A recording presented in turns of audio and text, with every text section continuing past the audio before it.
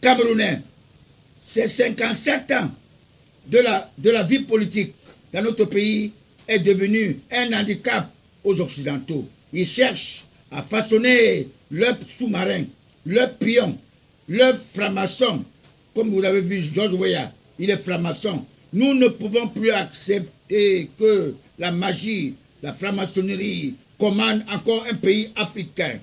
Leur souhait, c'est la guerre pour nous vendre les armes et nous éviter de s'épanouir pour empêcher toute évolution de notre émergence. La guerre ne construit pas, elle détruit et elle nous retarde.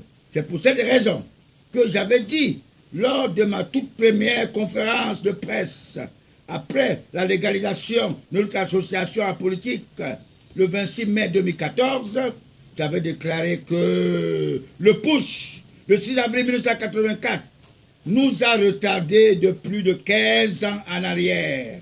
C'est pour cette raison que le choix de Dieu, Paul Biya, a ramené notre émergence en 2035.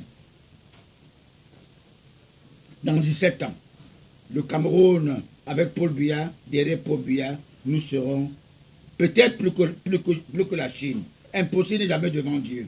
Vous conviendrez avec moi qu'il n'a plus de conseiller technique.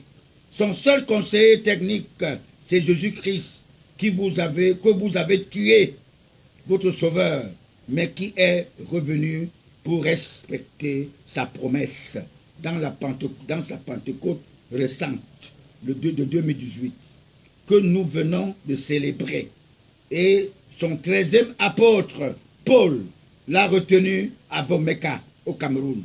Alors, soyons sages, sans Paul Biya, nous ne pouvons pas tenir. Paul Biya est le seul maintenant qui peut régler les problèmes de l'Afrique noire. Je vous remercie.